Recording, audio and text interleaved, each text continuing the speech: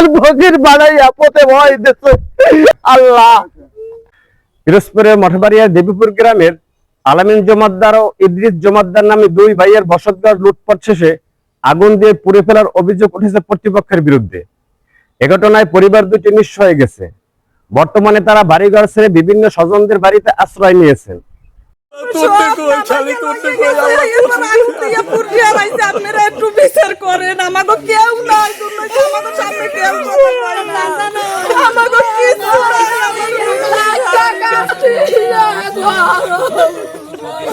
আমাকে কিনে খাওয়াইছে কি কথা কি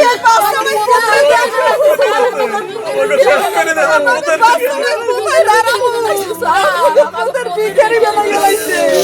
আমরা কোথা থেকে দাঁড়াই আমাকে কিছু নাই, সব জানা গেছে দেবীপুর গ্রামের মৃত ইসাক আলী জমাদ্দারের পুত্র আলামিন ও ইদ্রিস জমাদ্দারের সাথে একেবারে সোবান জমাদ্দারের জমি জমা নিয়ে দীর্ঘদিন ধরে বিরোধ চলে আসছিল। গত 29 আগস্ট জমি জমার বিরোধকে কেন্দ্র করে মারামারিতে উভয় পক্ষ আহত হয় এবং মঠবাড়িয়া থানায় পাল্টাপাল্টি মামলা হয়। অপরদিকে 3 সেপ্টেম্বর খুলনায় চিকিৎসাধীন অবস্থায় সোবান জমাদ্দার মারা যান। এরপর থেকে ইসাক জমাদ্দারের ছেলেরা বাড়ি ছাড়া হয়ে যায়। এদিকে গত 29 সেপ্টেম্বর রাতে দুর্বৃত্তদের দেয়া আগুনে তাদের বসতঘরগুলো পুড়ে ছাই হয়ে যায়।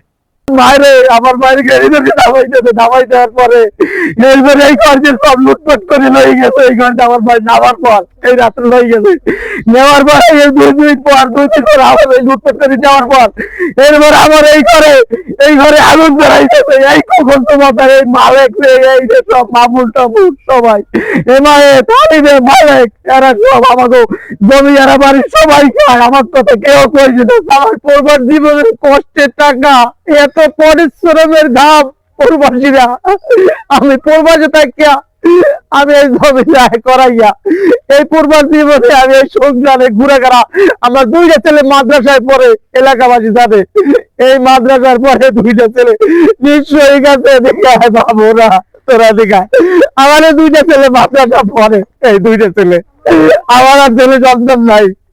এই 2টা ছেলের পিছনে আমি মৌতিক পাইয়া আমি যদি আগে মাঝে পাই আর বিচার তাহলে পাই তখন পথের বিচারই বেঁধে গেছে। আপনারা তো বিচার করেন আর আমাদের পোলা পড়লে কোথায় যাই দাঁড়াবো? আমার অসহায় শাশুড়ি আমাকে কে দেখবে?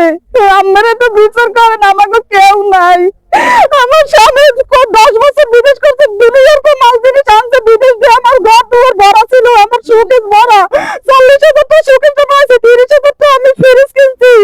আমার সংসার মাল জিনিসে কোনো অভাব ছিল না। এইরকম ব্যাগ ভরা চাল ছিল, ড্রাম ভরা চাল ছিল, আমরা বছরে খোরাক নেই ধরে, আমাকে কিছু না সব নিয়ে এর মধ্যে আগুন ধরাই দিয়ে পুড়িয়ে ফেলাইছে। এ বিষয়ে নিহত সোবান জমাদ্দারের স্ত্রী বলেন, আমরা 5 ওয়াক্ত নামাজও পড়ি, কিন্তু অগমান অত মিথ্যে ছিটতে কথা আমরা বলতে পারবো না।